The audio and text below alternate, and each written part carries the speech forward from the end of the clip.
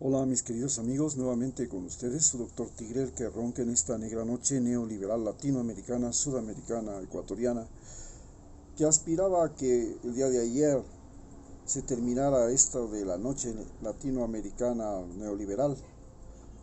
Y desgraciadamente tenemos que irnos a una segunda ronda electoral. Y en esta segunda ronda electoral, el mayor problema que tenemos es realmente el enfrentamiento contra Yacu Pérez, más que contra Guillermo Lasso. La razón está en que Guillermo Lasso era un individuo que está físicamente postrado y su pasado es una carta negra que no le permite ganar las elecciones, excepto en Quito. ¿Por qué ha ganado las elecciones Guillermo Lasso en Quito? Guillermo Lasso ha ganado las elecciones en Quito porque en Quito se encuentra ahora concentrado el poder de la banca. ¿Y cómo llegó a Quito a concentrarse y a hacer el poder de la banca? Porque la banca recibió préstamos del gobierno eh, de Lenín Moreno, y este gobierno de Lenín Moreno además lo primero que hizo es reunirse con los banqueros de Quito. Y entonces los banqueros de Quito, que en este momento son los que más dinero están ganando en el Ecuador, son los que le respaldan. Ahí además de los banqueros de Quito tenemos los exportadores. Pero ¿cuáles son los exportadores de Quito? Los exportadores de Quito y los importadores de Quito son básicamente los que utilizan las líneas aéreas, pero están muy golpeados. Están muy golpeados por la pandemia y claro, están utilizando todos los recursos disponibles para sobrevivir en un momento catastrófico en que el turismo y las exportaciones aéreas, como las flores y el brócoli, están completamente golpeadas. Y los dos candidatos que han salido son precisamente Guillermo Lasso con la banca, que como dijimos migró de Guayaquil a Quito y está ahora más concentrada en Quito, donde está la mayor cantidad del dinero, dinero que viene del petróleo, dinero que viene de los fondos públicos, de los préstamos que hacen los gobiernos y dinero que viene de las... Y en cambio tenemos a los más golpeados, que son los agroexportadores de la sierra, que utilizan básicamente las líneas aéreas, pero que ahora están con la crisis del transporte aéreo.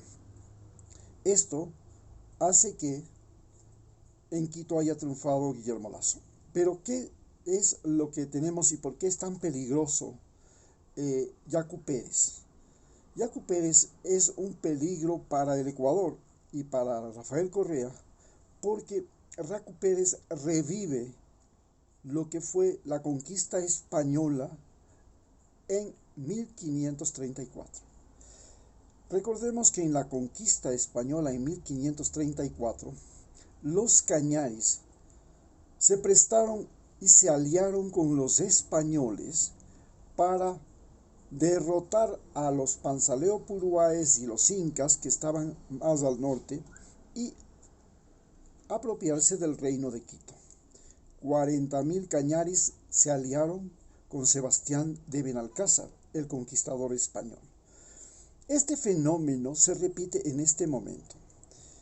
Yacu Pérez, que es un cañari, se ha aliado directamente con la embajada norteamericana. Y esta alianza entre los indígenas de la provincia del Cañari, de la Azuay, los cañaris, con los norteamericanos, comenzó en 1960. En 1960 se da la guerra de Vietnam, pero al mismo tiempo también se da la guerra antisubversiva en Ecuador contra el Che Guevara, el que estaba en Bolivia, y se trae acá un programa de el presidente John F. Kennedy en 1963, que es el programa Alianza para el Progreso. Y el programa Alianza para el Progreso se centra fundamentalmente en la provincia de El Cañar y de la Azuay. Y este programa, los norteamericanos saben de historia mucho más que nosotros, y de nuestra historia, sabían que ese era el punto débil de los indígenas en América en Ecuador.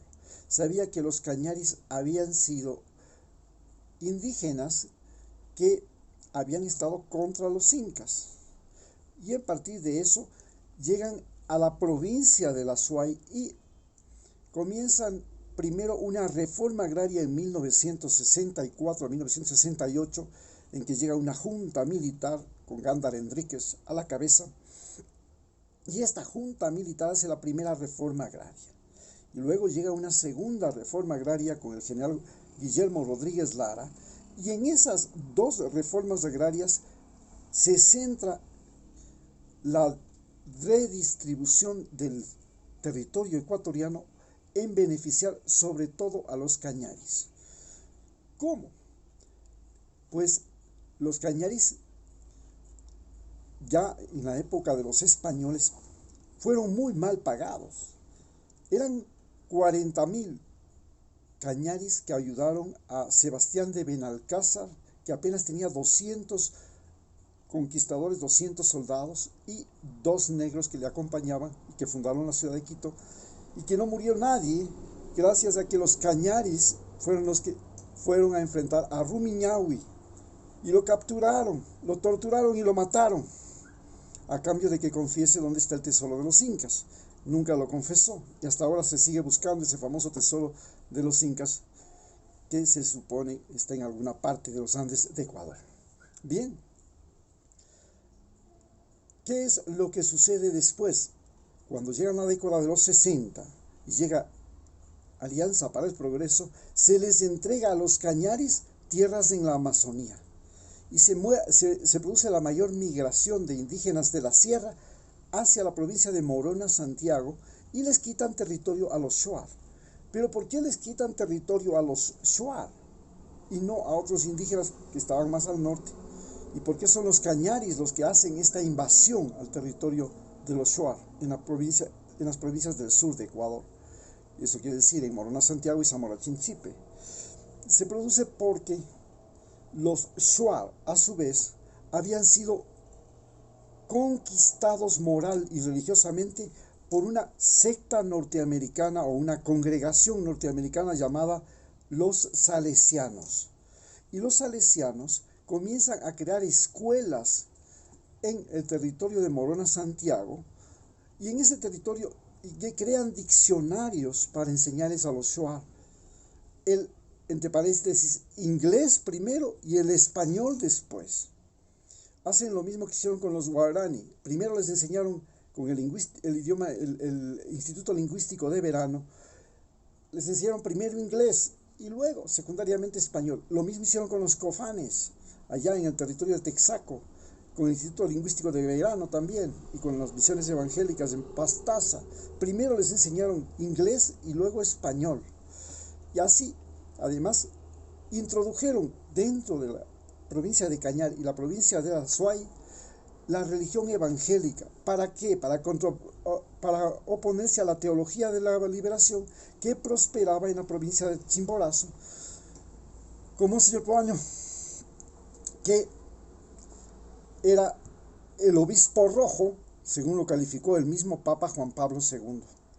Y esta teología de la liberación que creaba en la provincia del Chimborazo y en la provincia del Cotopaxi las radioemisoras populares, que era el mecanismo mediante el cual se expandía la teología de la liberación y gracias al cual se funda la Ecuarunari, que es la Asociación de Nacionalidades Indígenas de la Sierra Andina de Ecuador. Entonces, el punto de divergencia era las provincias de Cañar y Azuay. Ahí habían logrado introducirse los norteamericanos. Los mueven entonces hacia donde los Shuar, que ya estaban bajo la subordinación de los salesianos, y que les permiten a los cañares ser propietarios de 50 hectáreas, que era lo que les entregaba la reforma agraria, más alimentación, transporte y herramientas para comenzar lo que se llamaba la colonización, con el objetivo fundamental de crear la denominada fronteras vivas. ¿Por qué? Porque los Shuar vivían a los dos lados de la frontera entre Ecuador y Perú, en la zona del río Cenepa, que era la zona del conflicto. Al un lado se llaman Guambisas en Perú y al otro lado acá se llaman Shuar. Y a los dos lados existen los Achuar, que están en los dos lados de la frontera. Todos hablan el mismo idioma. Y este era el gran conflicto que existía en esa zona del Ecuador, que era la zona donde había más zona de conflicto. ¿Y por qué razón había gran conflicto en esa zona más que en la zona norte, donde ya tuvimos un conflicto, tuvimos una guerra, perdimos territorio y los cofanes y los guaraní ya eran parte de Texaco, eran territorio de Texaco. Entonces, en ese lugar no había problema con Perú, porque enfrentarse y meterse en el terreno de los cofanes y de los guaraní y los taromenani era meterse en líos con Texaco, con Estados Unidos. Ahí los peruanos no quisieron nada. Pero en el sur había un problema, había oro. Y esa era la razón más importante de la pelea en el sur de la frontera de Ecuador. Entonces, entre Ecuador y Perú, en la zona de Zamora Chinchipe y Morona Santiago, la existencia de oro era la razón del conflicto entre Ecuador y Perú. Bien, entonces los cañaris se convierten en parte de Estados Unidos, en la forma de introducción de Estados Unidos. Hoy, Yacu Pérez se va contra Leonidas Issa y se va contra Vargas, que es el Shuar, Jaime Vargas, que son los que lideran las protestas de octubre en Ecuador, en Quito, contra Lenín Moreno. Porque, curiosamente, la CONAIE, básicamente dirigida por los quichuas amazónicos y después por los Shuar, y se levanta contra Lenín Moreno por las medidas de la gasolina, por el precio de los combustibles y las medidas del Fondo Monetario Internacional, pero básicamente por el precio de los combustibles. Y en el enfrentamiento que hay en octubre, el que lidera es Jaime Vargas y Leonidas Issa. Hoy, Jaime Vargas y Leonidas Issa son declarados por el mismo Yacu Pérez sus enemigos de clase. Y se asocia preferiblemente con Jaime Nebot y Guillermo Lazo, y se asocia con los banqueros y los terratenientes agroexportadores de la costa. Todo con la finalidad de irse contra Rafael Correa. Rafael Correa entonces es considerado su peor enemigo. Por supuesto, esta nueva acción de los cañaris contra los nativos, los originarios ecuatorianos, y en favor de Estados Unidos, porque ahora ya sabemos, antes estuvo en favor del Imperio Español y el Imperio Español les pagó muy mal. Eran 50.000 indígenas cañaris que vivían en el territorio de la Azuay. Y a esos 50.000 y Cañar, y también en la provincia del Oro, y a esos 50.000 indígenas los convirtieron en mitayos, tanto en la provincia del Oro, en la provincia de la Azuay como en la provincia de Cañar, y los mataron mediante la tuberculosis, porque en las minas nadie vivía más de 6 años, ni aquí ni en Bolivia. Y este era el pago que dieron los españoles a los cañaris. Hoy los norteamericanos utilizan nuevamente a los cañaris para evitar que Rafael Correa y el socialismo del siglo XXI pueda prosperar y pueda volver al poder en Ecuador. Y para eso, por supuesto, si ustedes le preguntan a Yacu Pérez, ¿usted va a sacar a las bases norteamericanas de Manta y de Galápagos? Usted va a decir que no. ¿Usted va a terminar con la persecución política a Rafael Correa? No. ¿Usted va a cambiar a la fiscal de Ana Salazar? No. ¿Usted va a cambiar las cortes que le están persiguiendo a Rafael Correa? No. ¿Usted va a cambiar los intereses bancarios que están cobrando los usureros como Guillermo Lazo y toda la banca del Ecuador? No. ¿Por qué? Porque sencillamente él ahora es lo que siempre fueron algunas de las nacionalidades indígenas de América Latina, el enemigo de su propia clase. Recordemos que la conquista de México se realiza por una pelea entre los toltecas y los aztecas, y se terminan matando entre ellos. La conquista de Guatemala se hace también mediante peleas entre indígenas. La conquista de Ecuador se hace la pelea entre cañaris y los incas, puluaes, panzaleos. La conquista de Perú igual, se hace una pelea entre los incas que estaban con los españoles contra los incas que estaban en contra de los españoles. Y la conquista de Bolivia se hace entre los quichuas contra los de Tupac Katari. Entonces, esta pelea, este sistema de hacernos pelear entre nosotros, ha sido la clave fundamental de la dominación del Imperio Español, del Imperio Británico. El Imperio Británico también hizo pelear entre los indios norteamericanos, de la expansión de Estados Unidos. Estados Unidos hizo pelear a los apaches contra todas las otras nacionalidades de los indígenas de Estados Unidos, y después se cogió a los apaches y los metió en una reservación y los mató, o los tiene ahí, en agonía. Es el mismo sistema. Divide y vencerá, el principio y máxima del Imperio Romano y de la cultura cristiana, católica y evangélica de Occidente. Este sistema es el que están utilizando ahora los norteamericanos. ¿Para qué? Para someter a Ecuador y evitar, entre comillas, que se propague el socialismo del siglo XXI y que vuelva a aparecer, o se intente aparecer, otro país que no permita al gobierno norteamericano tener el control sobre el ejército. Porque ¿cuál es el problema de Cuba? ¿Cuál es el problema de Venezuela? ¿Y cuál es el problema de Nicaragua? No es que son malos gobiernos, es que viven el asedio, viven el sitio, están sitiados, como cuando Julio César sitió a los galos para matarlos de hambre, y como más tarde lo mismo haría Alarico y Genserico para derrotar al Imperio Español. Sitiaron a Roma. Lo mismo hacen con Venezuela, la tienen sitiada, tienen un bloqueo económico. Entonces, la crisis de Venezuela no es producida por Maduro. La crisis de Venezuela es producida por el bloqueo económico. Y la crisis de Cuba no es producida por Fidel ni tampoco por Díaz-Canel. Es producida por el bloqueo. Y esto no es nuevo. Ha sido la estrategia de Roma. Fue la estrategia que tuvo Inglaterra para derrotar a Alemania. Bloquear económicamente. Fue la estrategia que tuvo los alemanes para tratar de derrotar al imperio ruso, al socialismo en Rusia, a Lenin y a Stalin. Bloquearlo. Este bloqueo económico es lo que le tiene a Venezuela mal. Y esto es el gran problema. Nosotros no queremos una guerra con Estados Unidos. Sabemos que una guerra con Estados Unidos es una guerra perdida.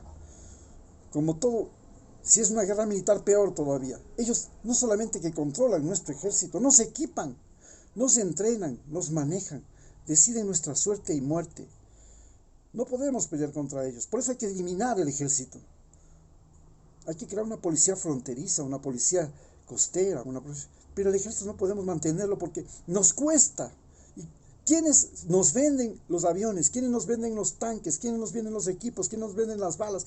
¿A quién le conviene que estemos peleando contra la famosa narcoguerrilla? A Estados Unidos, porque nos equipa, entre comillas, y ganan vendiéndonos, pero además nos ganan obligándonos a tener sumisión al Pentágono. Y el Pentágono es un estado aparte, no es el gobierno norteamericano.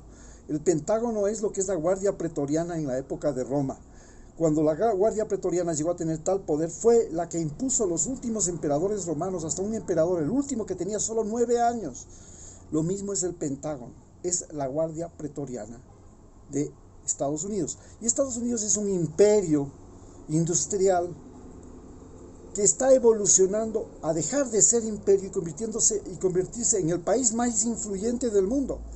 Pero ya no puede seguir siendo imperio porque le sale demasiado caro. ¿Y por qué le sale demasiado caro? Porque tiene el ejército más caro del mundo Y este ejército más caro del mundo tiene 700 bases en todo el planeta Tierra. Y no puede estar cuidando 700 bases. Entonces está siendo derrotado. ¿Y quién le derrota? Increíblemente, le está derrotando la narcoguerrilla. ¿Y cómo le derrota la narcoguerrilla? Lo ha derrotado en Afganistán. Y no puede derrotarle Estados Unidos a la narcoguerrilla de Colombia, que ya es la narcoguerrilla más vieja del mundo. Es la guerrilla más vieja de la historia del siglo XX. Y con eso concluimos. Muchas gracias.